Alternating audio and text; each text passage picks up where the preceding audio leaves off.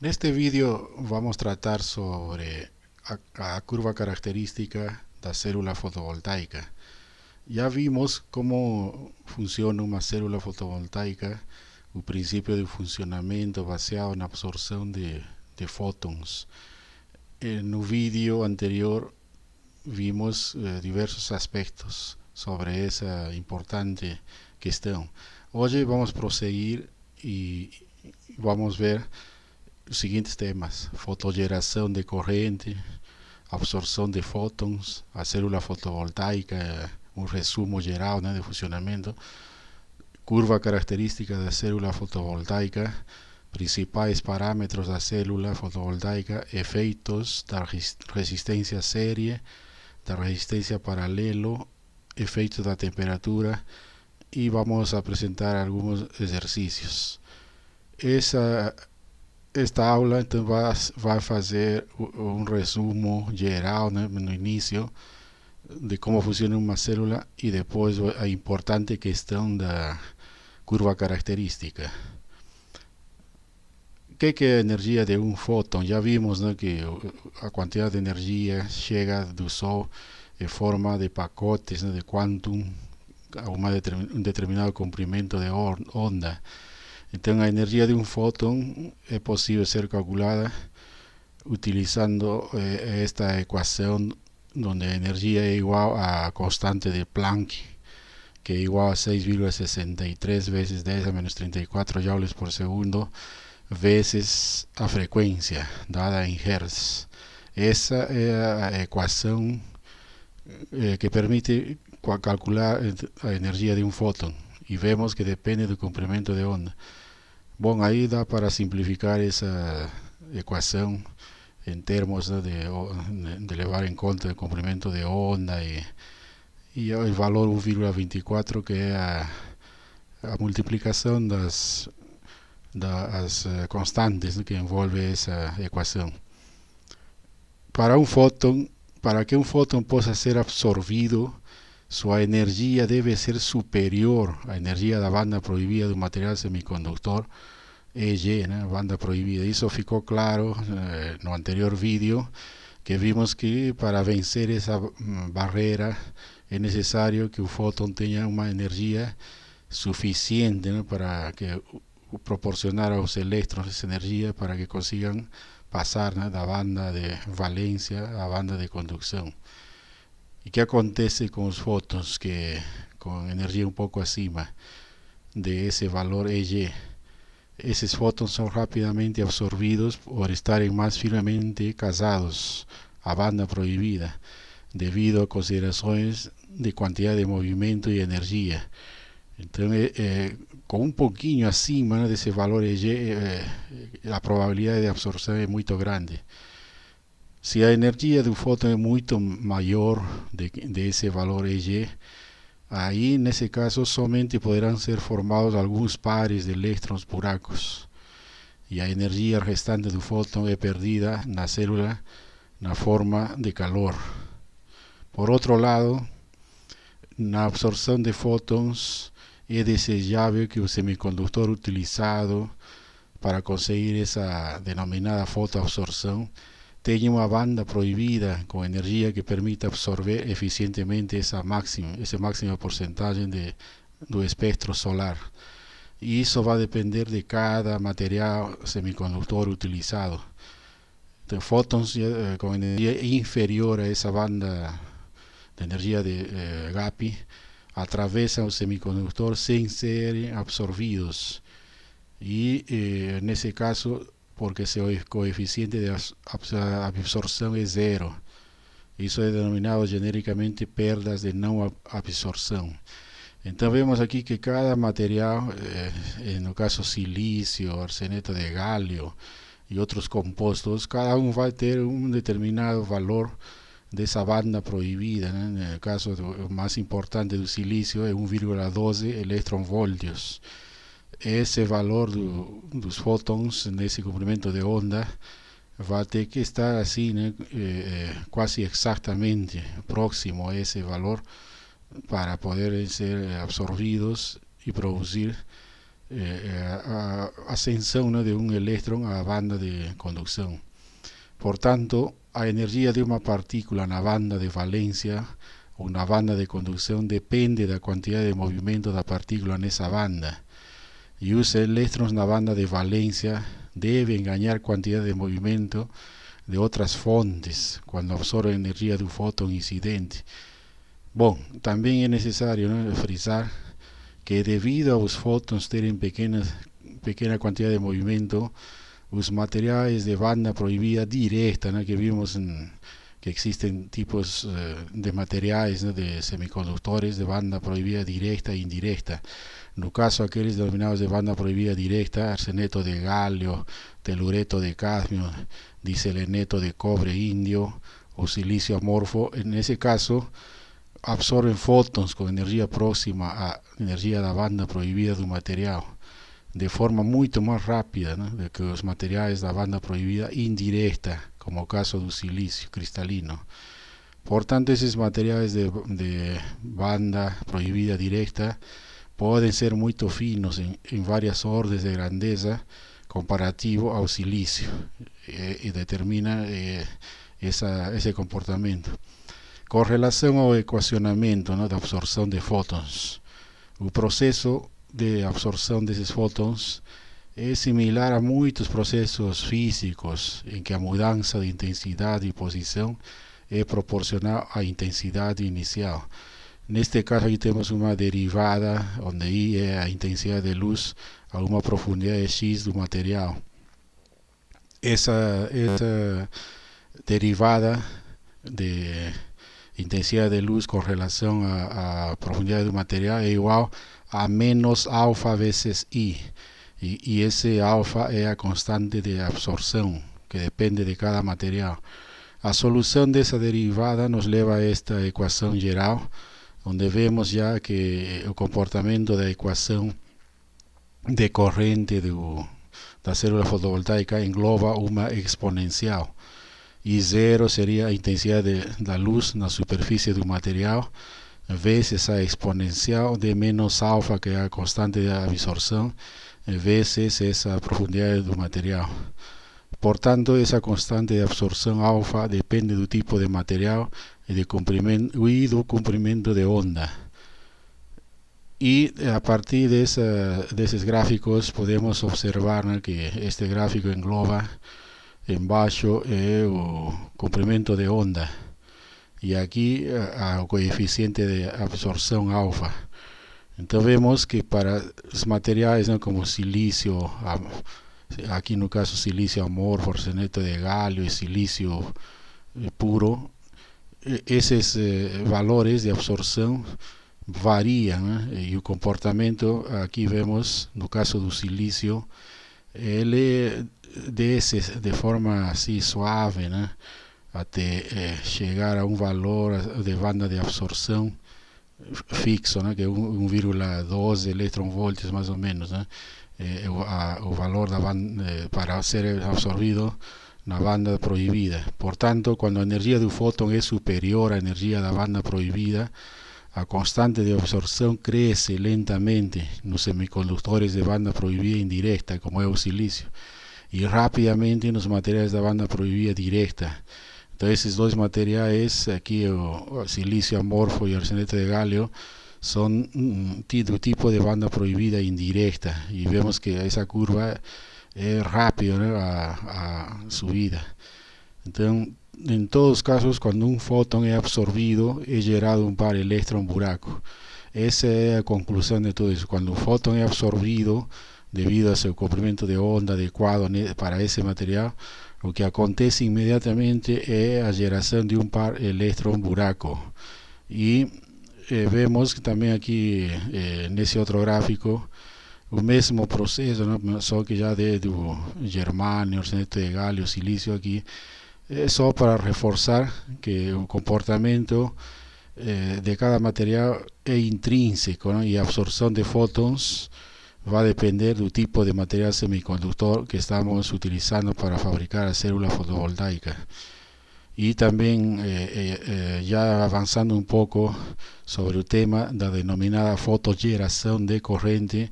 Fotogeração de corrente ya nos lleva, ¿no?, al tema de producir una corriente eléctrica a través de la absorción de fotos.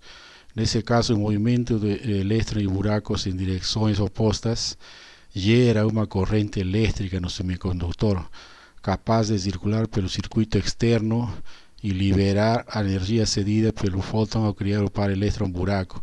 Sería un tema que vimos en un vídeo anterior, ¿no?, donde vimos que existen 4 momentos, desde la absorción de fótons hasta la creación de una corriente verificada en una carga externa. Y aquí vemos que existen dos componentes: la denominada corriente fotogerada, o también denominada fotocorriente, conocida como I sub L. Esa es debido a generación de portadores producida por la iluminación. O sea, cada vez que existe fotos absorbidos, vamos a ver que esa es la parcela principal de la corriente que vamos a verificar en la carga.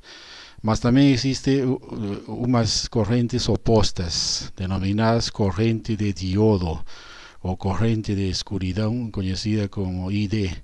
Esas corrientes que están aquí en ese gráfico de forma opuesta se deben a recombinación de portadores que produce la tensión externa necesaria para poder entregar energía a carga.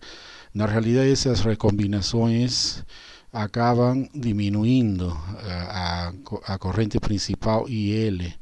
Por tanto, se trata de disminuir al máximo, ¿no?, esas corrientes de diodo, porque en un modelo eléctrico vamos a ver que eso ahí se comporta como 2 diodos en oposición. Entonces, esas componentes de corrientes en una célula fotovoltaica, en ese caso aquí los círculos vacíos, aquí que en ese gráfico representan los buracos, y los círculos más oscuros, los electrones. Entonces, cada vez que existe absorción de fotons, va a existir la formación de pares, ¿no?, electrón buraco, mas también en el otro lado va a existir una corriente en oposición a eso, y que debido a recombinación. En esa fotogeneración de corriente, vemos que en una célula verdadera, en una célula tal como es fabricada, la largura de la banda prohibida Y es el valor que determina la energía necesaria para que los electrones sean promovidos. Y también existe una espesura máxima, ¿no?, de dispositivo W.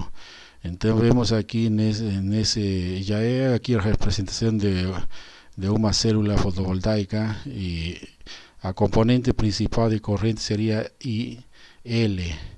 Solo que ahí va a existir esas componentes, ¿no?, de perdas por transmisión, perdas por reflexión. Eso ahí, entonces, no todos los fotons incidentes son absorbidos, y por tanto no todos contribuyen a la generación de portadores, y existen perdas.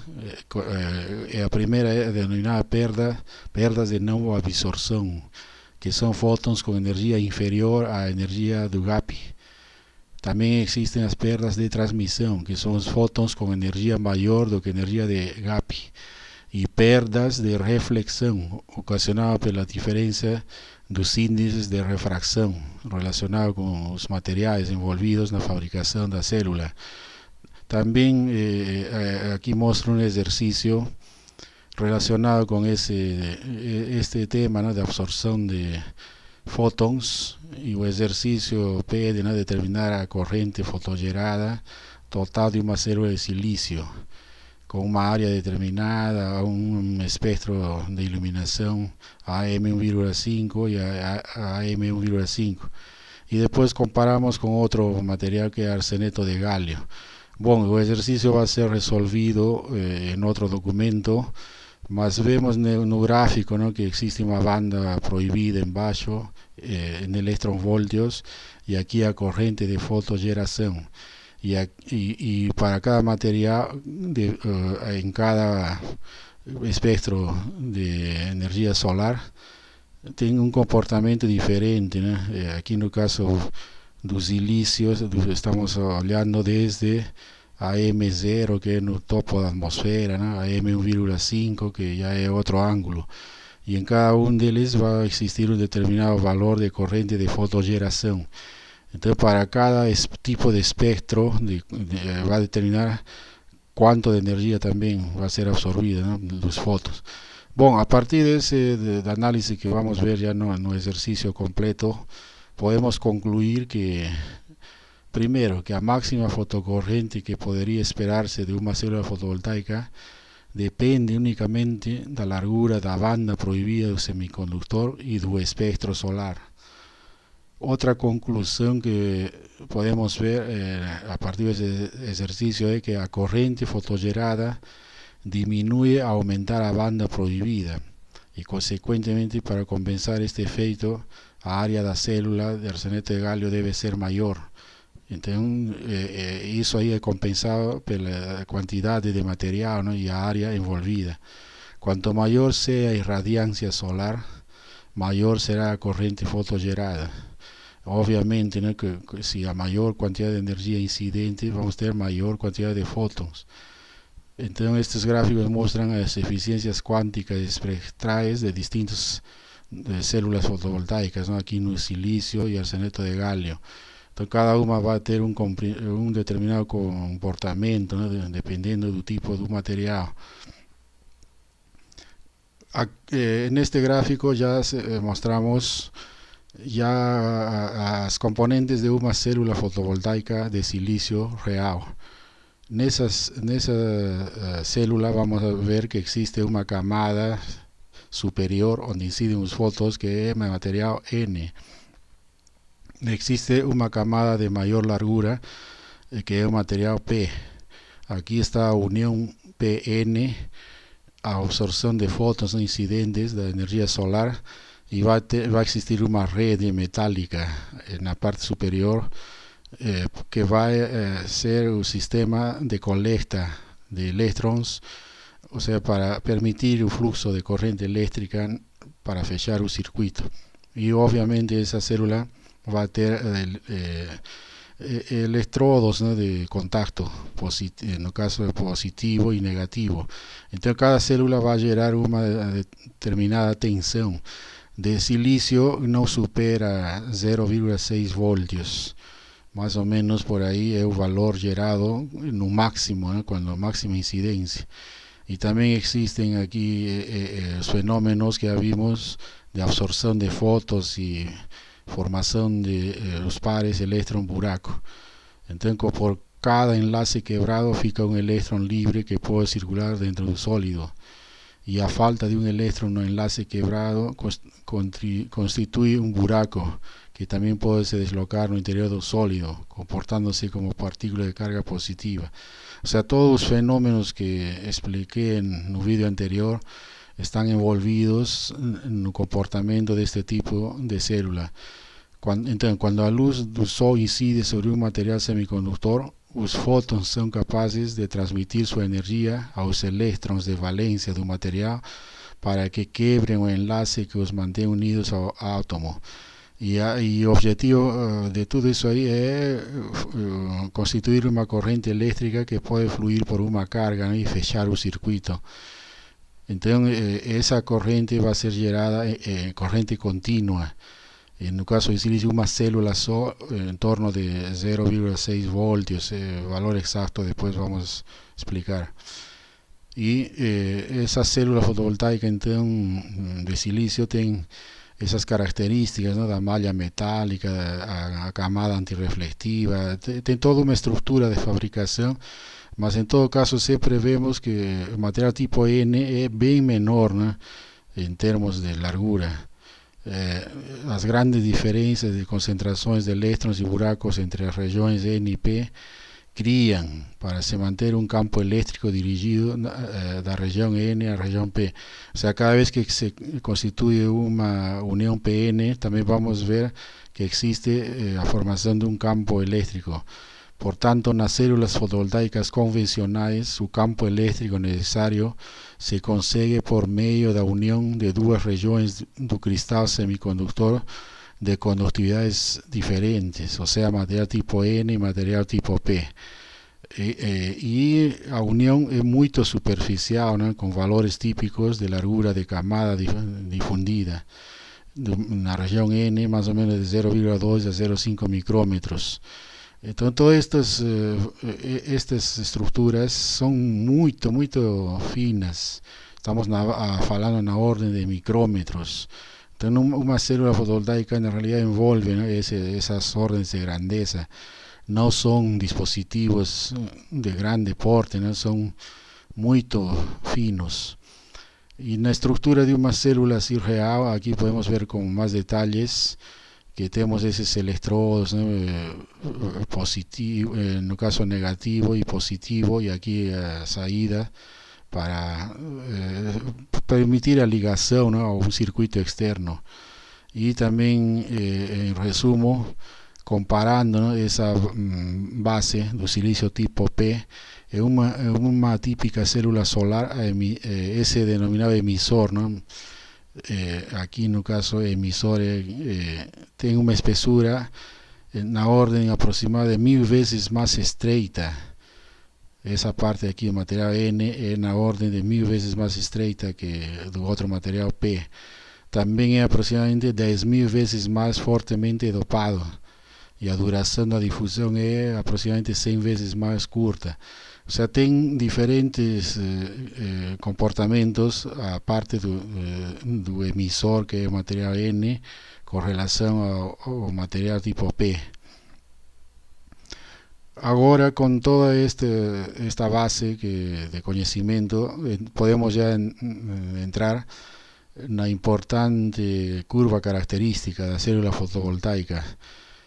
En ese tipo de células fotovoltaicas y cualquier dispositivo electrónico, él va a tener un comportamiento en términos de corriente y tensión que es intrínseco a cada tipo de dispositivo. Esa curva característica de una célula que es fabricada, ¿no?, de una unión PN, va a tener una ecuación que ya mostré anteriormente, que va a tener dos componentes, ¿no?, de esa corriente principal.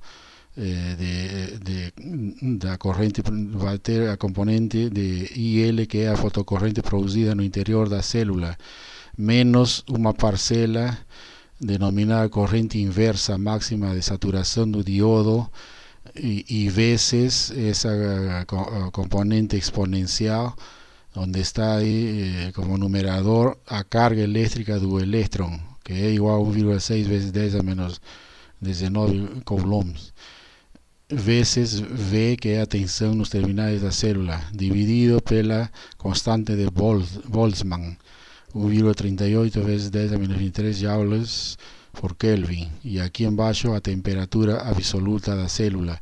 Então, essa aqui é a equação geral de comportamento da corrente numa célula fotovoltaica. Então, a quantidade de corrente e a tensão disponível na célula depende da iluminação incidente. Cada vez que temos uma maior quantidade de fótons, então a corrente também vai ser maior. Menor quantidade de fótons, também a corrente é menor. Os extremos sí são quando não existe nada, né, da noite, por exemplo, no que não existe nenhuma absorção de fótons. Então aí não vai acontecer nada, mas durante o dia vai existir variações que dependem desde que o sol nasce até o pôr do sol. Aí vamos ver diferentes comportamentos, e a geração de corrente também vai responder a essa trajetória, né, do sol desde o leste a oeste. Então, se colocamos essa curva, essa equação em forma de curva, o que vamos ter aqui é uma denominada curva característica IV, que é corrente e tensão. Geralmente essa é a equação típica, né? Algumas vezes aparece ao contrário, corrente embaixo e tensão lá em cima, mas o usual é esta curva, onde a tensão fica embaixo, aqui no eixo horizontal, e corrente no eixo vertical. Aqui vemos essa curva característica, mostra para comportamento para diferentes irradiâncias, e a curva característica ideal seria esta daqui superior, né? Quando chega um valor quase aqui, um valor assim paralelo, reto, e depois para um valor de tensão máxima, aí começa a cair rapidamente, né? Até zerar. Isso seria uma célula ideal. Mas numa célula real o comportamento não é assim, né? A queda aqui, o joelho é mais arredondado. Mas vemos que em todo caso existen dois valores extremos, né? Aqui um valor máximo relacionado com a corrente e outro valor máximo relacionado com a tensão. E essa quantidade, né, de corrente vai depender da irradiância. Quando temos um valor máximo, 1 kW por metro quadrado, aqui a corrente vai ser maior. Então o comportamento da curva característica chega até um valor máximo e aí começa uma queda até a tensão de em torno de 0,64 volts, né, que é a tensão típica de uma célula de silício. No caso, quando temos uma irradiância de 250 vatios por metro quadrado, a corrente já é bem menos, mais ou menos 1,5 amperes, né? Cai desde lá em cima, que era quase 6 amperes, cai a 1,5, e também o comportamento atinge um valor máximo e aí em torno de 0,6 volts.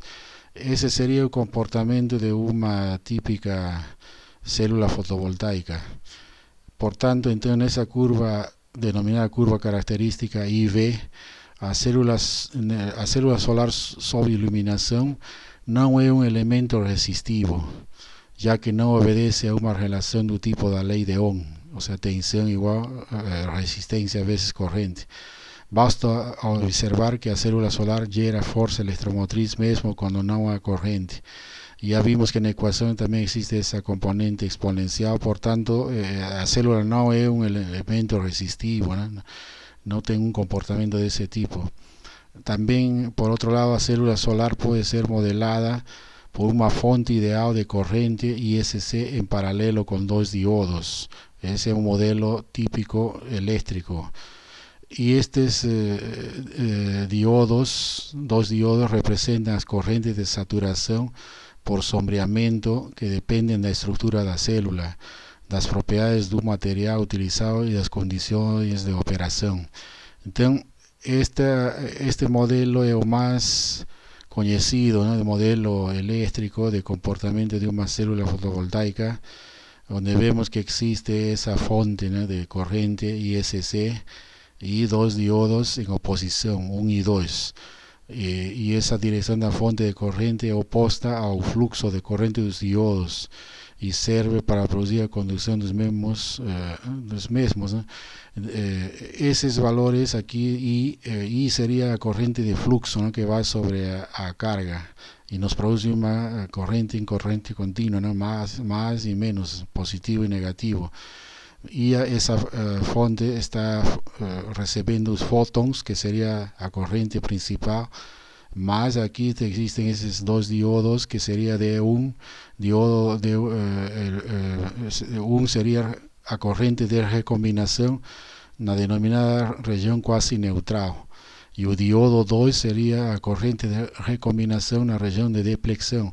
O sea, recombinações significa que aquele par elétron-buraco se recombina tão rapidamente que não permite que a corrente principal flua, né? O ideal seria, né, um dispositivo assim, como uma célula. O ideal seria que não existam, né, esses dois diodos, I1 e I2. Se alguém conseguisse fabricar uma célula da maior qualidade e da melhor forma, teria que evitar a recombinação de pares elétron-buraco, mas até agora isso é impossível, né? As tecnologias atuais não permitem isso e sempre vai existir esse fluxo de correntes de diodo 1 e diodo 2 que vão ser uma subtração da corrente principal. Então esse diodo 1 es representado también por una corriente, a veces a exponencial, a carga eléctrica, a veces tensión, dividido por la constante de Boltzmann y a temperatura, -1. Y O2 también tiene ese mismo comportamiento. Entonces, en dos parcelas que disminuyen a corriente principal. Ese sería un modelo eléctrico. Y a partir de ese modelo ya, como ya mostré anteriormente, fica claro cómo que es el comportamiento de una célula fotovoltaica. Este gráfico es el típico comportamiento de una célula fotovoltaica en términos de corriente y tensión. Entonces vamos a encontrar aquí algunos parámetros que deben ser llevados en cuenta, ¿no? A alguien que esté ya estudiando esta área de fotovoltaica ya debe saber eso así rápidamente, ¿no? Cómo queda el comportamiento de una célula fotovoltaica a partir de sus parámetros. Entonces, en un lado del eixo vertical vamos a ver que existe la denominada corriente de cortocircuito, Short Circuit Current, ¿no? Que es ISC. Ese conocido ISC es el valor máximo, ¿no? Que corresponde al punto de operación de la célula con una resistencia de carga nula ligada a sus terminales. O sea, para no testar esa corriente, lo que se hace es una célula medir simplemente de forma directa, ¿no?, la corriente sin ninguna carga. Y aquí vamos a verificar el valor ISC. Do otro lado, aquí vamos a tener VOC, que es a tensión de circuito abierto, Open Circuit Voltage, por eso tengo OC, corresponde al punto de operación de la célula sin resistencia de carga ligada a sus terminales. Es simplemente medir la tensión también en los terminales y vamos a ver el valor máximo, que en el caso está en torno de 0,6 voltios. Y a partir de aquí vamos a ver que existe un valor máximo, aquí cuando comienza el joelho, la queda, la curva, ahí vamos a verificar el denominado punto de máxima potencia. Ese punto de máxima potencia, si hacemos una proyección horizontal y vertical, vamos a ver que existe en la vertical el valor VMP, que sería tensión máxima, que corresponde al punto de la curva donde puede ser extraído mayor valor de potencia eléctrica de la célula solar. Y vamos a ver que existe de un lado aquí también corriente de máxima potencia, ¿no? En un caso aquí en este ejemplo sería 3,5 amperes.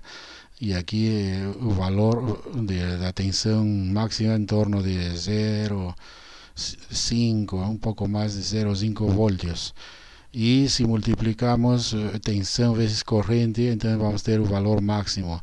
Entonces, en cualquier información fornecida por un fabricante, vamos a ver que existe este mínimo, no mínimo, ese cuadro, esa tabla, donde nos debe mostrar los parámetros mínimos, ¿no? Cuál es el valor de la corriente de cortocircuito, 3,67 amperes. Tensión de circuito abierto, 0,604 voltios. Corriente de máxima potencia, 3,50 amperes. Y tensión de máxima potencia, 0,525 voltios. Esa potencia máxima potencia es solo multiplicar 3,5 amperes veces 0,525 voltios y nos va a fornecer un valor de máxima potencia. Entonces esos son los típicos valores de una célula fotovoltaica, mas debemos lembrar entonces que son esos cuatro parámetros: corriente de cortocircuito, tensión de circuito abierto y tensión y corriente de máxima potencia y un punto de máxima potencia. Entonces esa curva característica de célula de una célula fotovoltaica muestra ya como si fuese a digital, ¿no?, entre aspas, de comportamiento típico, ¿no?, de cada célula. Y olhando esos valores ya vamos a ver su comportamiento, porque a partir de ahí vamos a poder juntar varias células en serie, en paralelo, para construir un módulo fotovoltaico a una determinada potencia. Entonces todos esos datos son los más importantes, mas también es posible así de definir con mayores detalles, ¿no?, que corriente de cortocircuito, que cuando la tensión es muy pequeña, la corriente de los diodos es despreciable. desses diodos de 1 e de 2, sendo que a corrente da célula solar é justamente a de curto-circuito. Quando a tensão alcança um ponto suficientemente alto, de tal modo que a corrente de recombinação do diodo se torna significante, a corrente da célula solar desce rapidamente. Isso aí é no gráfico, que mostramos o típico comportamento. Já a tensão de circuito aberto, VOC, que determina o máximo valor de tensão, nesse caso, quando o circuito está aberto, ou seja, I igual a zero aqui, toda a corrente gerada pela luz solar, corrente de curto-circuito, flui através do diodo de 1. Nessa situação, o circuito aberto, nesse caso, é comportamento de VOC, engloba esta equação, que é a constante de Boltzmann vezes o valor em Kelvin da temperatura dividido pela carga e um logaritmo natural de ISC mais I01, que é a corrente de diodo. Então nesse caso aí verificamos a tensão de circuito aberto. Também existe uma definição do ponto de máxima potência. Ponto de máxima potência é aquele ponto, onde determinamos as tensões e correntes de máxima potência e define a máxima área do retângulo, esse retângulo aqui, que está definido pela linha aqui de corrente de máxima potência e tensão de máxima potência. Aqui vamos ver um retângulo, vai definir a máxima potência que uma célula é capaz de proporcionar. Isso aí em valores também de irradiância máxima, quando a partir de aí existe uma proporcionalidade, quando menor a irradiância, também essa potência máxima vai diminuindo. Então toda célula vai ter um valor máximo, que já não vai ser possível ultrapassar, em termos de potência. E vemos aqui nesse gráfico justamente o que estava falando, que o ponto de máxima potência é quando estamos, por exemplo, no meio-dia, a 1000 vatios por metro quadrado, seria o valor máximo de potência obtida de uma célula. Mas quando vai diminuindo, os ângulos envolvidos no Sol, já vimos que vai proporcionando a quantidade de fótons existente. E aí vai diminuir, quando temos um valor de irradiância menor, portanto a potência também vai ser menor. E essa é a curva típica de comportamento da máxima potência, de uma célula. Este gráfico então é o resumo dos principais parâmetros e o denominado factor de forma, também conhecido como de preenchimento, FF, Fill Factor. Esse factor de forma nos proporciona os 4 valores que já tínhamos falado, corrente de curto-circuito, corrente de máxima potência, tensão de circuito aberto e tensão de máxima potência. Então esse factor de forma relaciona o retângulo interno, aquele que atinge o máximo valor de potência, definido por essa corrente IMP e VMP, com o retângulo externo, proyectado aqui, que seria de um valor ideal, definido por ISC e o valor de VOC. Então temos dois retângulos, que seria o real aqui, que estamos internamente, e o externo, que vai ao ideal. Então mede a quadratura, esse factor de forma mede a quadratura da curva característica. E para calcular isso aí, então devemos levar essa relação. Factor de forma leva em conta a tensão de máxima potência vezes a corrente de máxima potência, dividido pela tensão de circuito aberto vezes a corrente de curto-circuito. Então, para calcular o factor de forma, necessariamente devemos conhecer os 4 parâmetros importantes da célula. E a partir daí podemos fazer uso de outras substituições, para calcular o factor de forma. Então, o factor de forma deve ser com um valor ideal máximo de 1. Mas isso é impossível, O factor de forma, então, que com tendência a 1, seria de uma célula de melhor comportamento. Y ahí existen otros parámetros, ¿no?, que van menos usuales, mas también podemos mencionar que existe, ¿no?, eficiencia de conversión de potencia, que es un parámetro importante de la célula solar definida por la ecuación la potencia máxima veces P y N, que es la potencia de incidencia. Esta ecuación nos proporciona eficiencia de cuánto de absorción, ¿no?, de energía solar es realizada. Si tenemos una entrada de energía incidente, no toda va a ser absorbida, ¿no?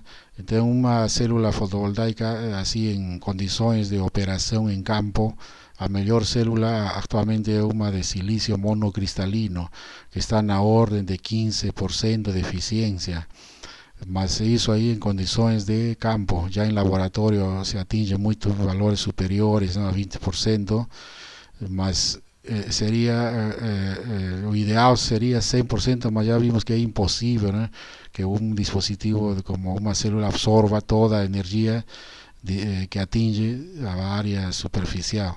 Entonces esa eficiencia de conversión va a estar relacionada también con la cualidad de la célula, ¿no?, y que engloba por eso factor de forma. También existe otro parámetro denominado eficiencia de colecta, que sería la relación que va, ¿no?, englobando las pérdidas ópticas y de recombinación cuanto a eficiencia de colecta externa.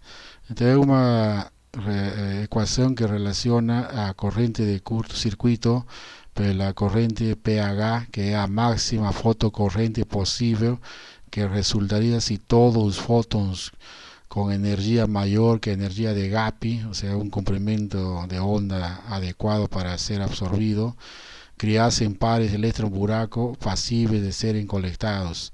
Y eso ahí sería lo ideal, ¿no?, que máxima fotocorriente obtenida con la máxima absorción. Por tanto, esa eficiencia de colecta también puede ser definida considerando las pérdidas de recombinación con la eficiencia de colecta interna. Entonces nunca vamos a conseguir una eficiencia de 100%, es imposible, ¿no? Mas lo ideal, así en términos de fabricación de células, sería evitar esa recombinación máximo posible. En esta ecuación ahí de esa eficiencia de colecta expresada de esa forma, engloba aquí el valor de corriente I, que es la corriente generada por la luz, y representa cómo podría ser la corriente de cortocircuito si varios fotones absorbidos son realmente colectados para contribuir en el flujo de esa corriente. Entonces ahí vamos a tener un valor máximo de eficiencia, ¿no? Sería la colecta.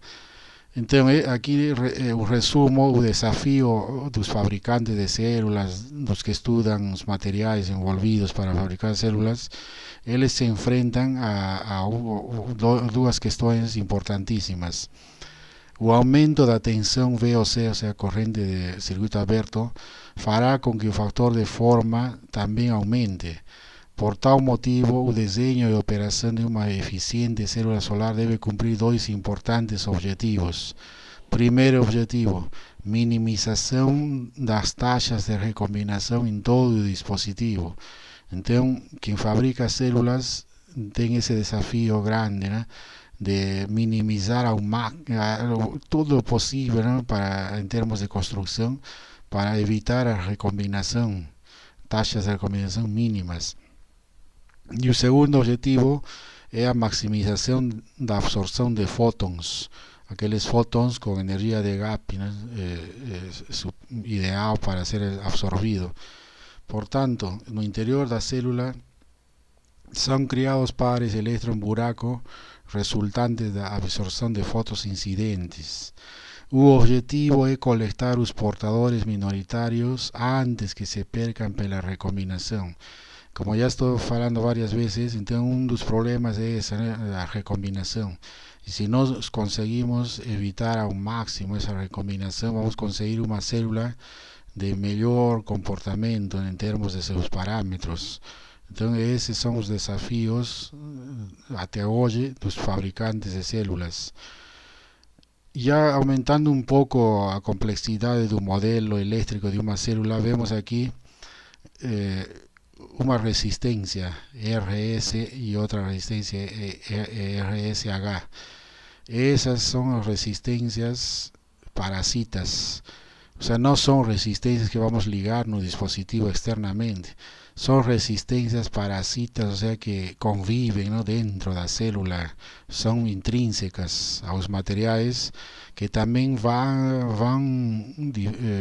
impedir el flujo ideal de corriente hasta la carga.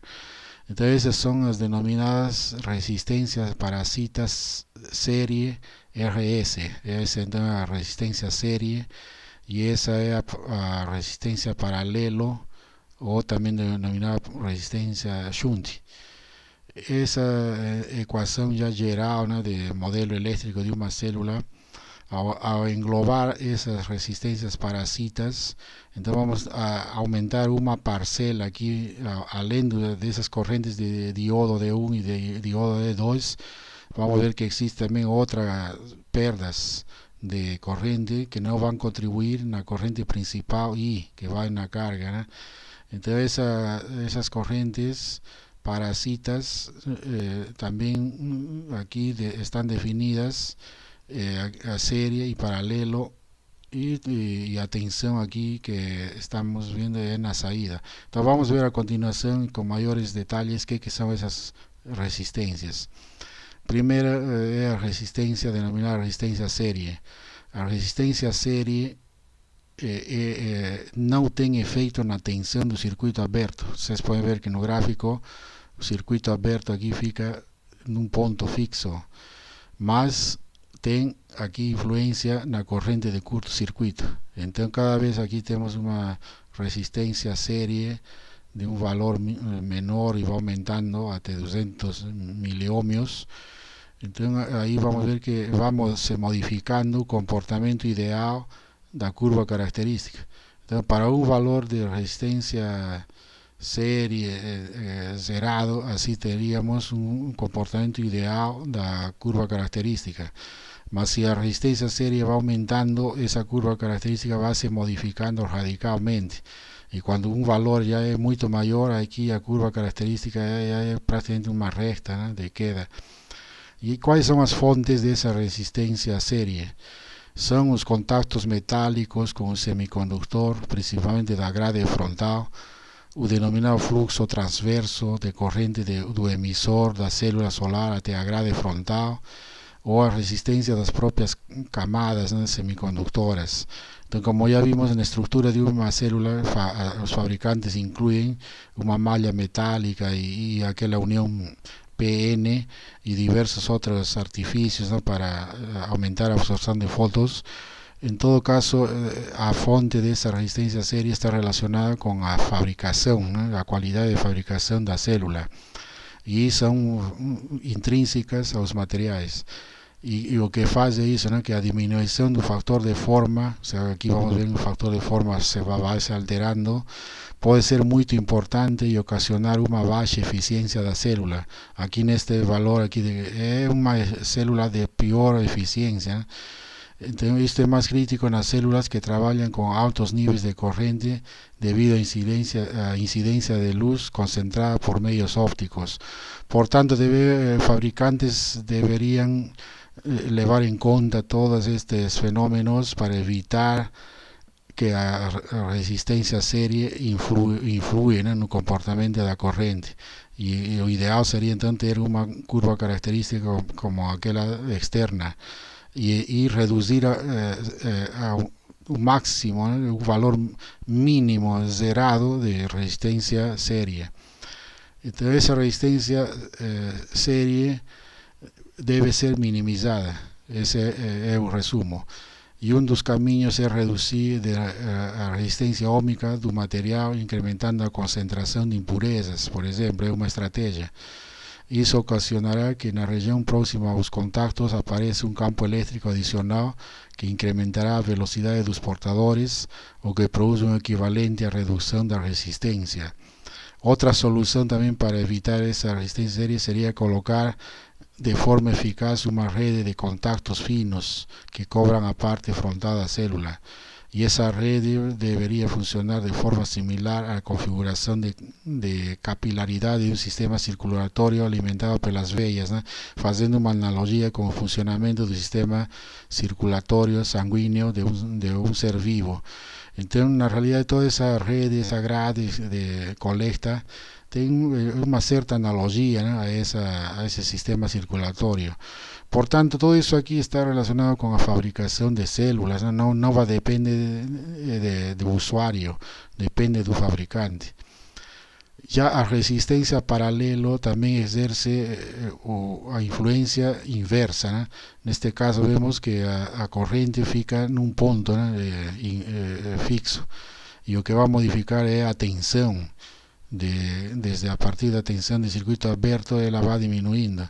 Se temos um valor assim em torno ideal de resistência paralelo, a curva característica vai ter o máximo factor de forma e a máxima potência também vai estar nesse ponto, e é uma célula de excelente comportamento. Mas si tenemos resistencias paralelas, ¿no? Que tienen como fontes fugas de corriente por la superficie de las bordas de la célula, caminos de difusión ao longo das trajetórias ou frontais do grão, quando existem, e os pequenos curtos-circuitos metálicos, tudo isso aí também na fabricação de células aparece, né? Todos esses fenômenos vão alterando, né, o comportamento da célula.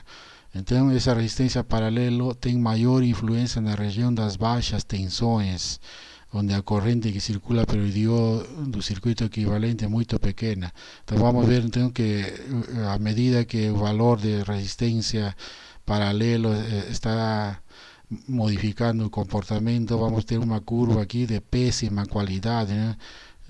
Já de fator de forma totalmente modificado. E então, o que devemos fazer é que a resistência paralelo deve ser maximizada e deve atingir valores que assegurem a não ocorrência de vazamentos no perímetro da célula. E uma das estratégias é realizando a denominada passivação das bordas com nitrogênio. Outra via é pôr uma camada de material isolante nas bordas da célula, con la finalidad de prevenir la formación de contaminantes que proporcionen caminos a través de la junción nas bordas. Entonces, repito, eso no es una cuestión a ser resolvida por los usuarios, sino por los fabricantes. Y por último, vamos a ver el efecto de la temperatura. Entonces, en una célula fotovoltaica vimos que la temperatura tiene grande influencia, mas não, sua influência não é para melhorar o comportamento da célula, sino para piorar. Então, numa célula solar, o aumento da concentração dos portadores intrínsecos incrementa a corrente de recombinação. Esse é o resumo do tema, né? Que à medida que aumenta a temperatura, se incrementa a corrente de recombinação. E já vimos que o ideal seria evitar ao máximo as recombinações, porque van a influenciar en que la corriente de salida de las células sea menor. Entonces todo eso ahí va a se manifestar en la disminución de la tensión del circuito abierto. Entonces, a medida que aumenta la temperatura, la tensión del circuito abierto va se deslocando para la izquierda. Y esa tensión del circuito abierto está así proporcionalmente a constante de Boltzmann veces a temperatura dividido por la carga y el logaritmo natural de la corriente en cortocircuito y a corriente de absorción. Entonces vemos que a temperatura tiene una influencia muy grande, ¿no? Principalmente en el aumento de la concentración de los portadores intrínsecos. Y esas corrientes de recombinación va a influenciar a que a corrente diminua. Então, uma célula ideal deve trabalhar numa temperatura também ideal, né? E o efeito geral dessa influência da temperatura, vamos ver que está aqui manifestado nessa banda proibida EG, a energia de Gapi, e vai decrescer com a temperatura, sendo que esta dependência da temperatura pode ser expressa pela seguinte equação. Então, essa equação geral de energia de Gapi está relacionado aqui também com a energia EG, que é aquela principal, né? E aqui entra a temperatura com o signo menos, ou seja, vai diminuir na equação geral da energia de Gapi. E então esses parâmetros alfa e beta são específicos de cada material. Portanto, o efeito geral então vai ser isso, né? A recombinação acelerada à medida que aumenta a temperatura. Isso aí acontece nessas camadas, né, da banda proibida. Portanto, se a temperatura aumenta, a concentração de portadores intrínsecos também aumenta. E como consequência disso, a recombinação se incrementará e a eficiência da célula diminuirá. Este é o resumo de todo o fenômeno da influência da temperatura. E o estreitamento da faixa do Gapi, devido ao aumento da temperatura, incrementa a concentração de portadores intrínsecos e, portanto, a eficiência da célula piora. E na corrente de curto-circuito relativamente não é afetada pela temperatura. O seu efeito está mais relacionado com a tensão. Na curva característica se verifica a influência da temperatura na tensão, a partir da tensão de circuito aberto. E a dependência da temperatura da tensão do circuito aberto pode ser observada a partir desta equação, né, que já tinha mostrado, onde vemos essa tensão de circuito aberto, que é o valor máximo. Aí vai ter essa parcela. Aqui seria, ideal seria, né, quando a temperatura está adequada, esta parcela vai ser praticamente zero. E aqui vai ser a correr essa tensão simplesmente pela energia do Gapi dividido pela carga elétrica.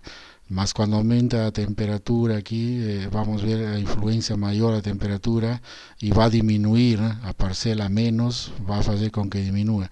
E o fator de forma também pode diminuir com a temperatura. Isso se deve ao aumento da corrente inversa de saturação e ao arredondamento do cotovelo da curva característica. Então, numa eficiência de célula típica, a diminuição é de 0,04 a 0,6% por cada grau centígrado para células de silício, e para arsénico de galio, por exemplo, é de 0,02 a 0,03%. O sea, cada grau centígrado que aumenta, vamos ter aí uma menor geração, né, de potência. Nos gráficos, aqui vemos claramente esse fenômeno, né? Então, o ideal seria aqui essa curva pontilhada na temperatura de 25 graus Celsius, temperatura ambiente. Aqui teríamos a curva característica ideal, quase obtendo o máximo valor de potência. Mas a medida que quando aumenta a temperatura, a tensão vai diminuindo, né? Aqui temos 30 graus, 40, 50, 60, 70, até 100 graus, que é esse valor. Essa tensão vai se deslocando para a esquerda e, portanto, o fator de forma e a eficiência da célula diminui. Já no contrário, né, se aumentamos a temperatura para valores mais frios, né, de 20 graus Celsius, 10 graus Celsius, zero, aí melhora, né? Mas isso então está relacionado aqui, né, que com essa aqui essa seta está indicando que aumenta a temperatura, diminui a tensão de circuito aberto. Então, isso aí é a temperatura então não é um fator que vai ser benéfico para um módulo fotovoltaico. Ao contrário, vai diminuir sua eficiência e a geração também. Isso aí em grandes quantidades de módulos, em usinas fotovoltaicas que recebem grande quantidade de sol, né, aquecem. Bom, existem estratégias de fabricação que já vamos ver posteriormente como se faz isso, mas que fique claro que a temperatura vai diminuir. E aqui vamos ver esse comportamento em termos da curva de potência. Para a ideal aqui seria 25 graus Celsius, e quando é temperatura mais fria, inclusive aumenta, né? Mas quando a temperatura está na ordem de 50 graus, vamos ver uma queda grande, né, em termos de potência. E isso aí então determina o péssimo comportamento da célula fotovoltaica. Bom, então, para aumentar assim, o conhecimento sobre esse tema, já venho várias vezes repetindo, né, o uso do manual para engenharia de sistemas fotovoltaicos, e nesta ocasião seria o capítulo 3 sobre células e módulos fotovoltaicos. É a recomendação para ampliar o conhecimento sobre este tema. Bom, espero que tenham aprendido e bom estudo. Muito obrigado.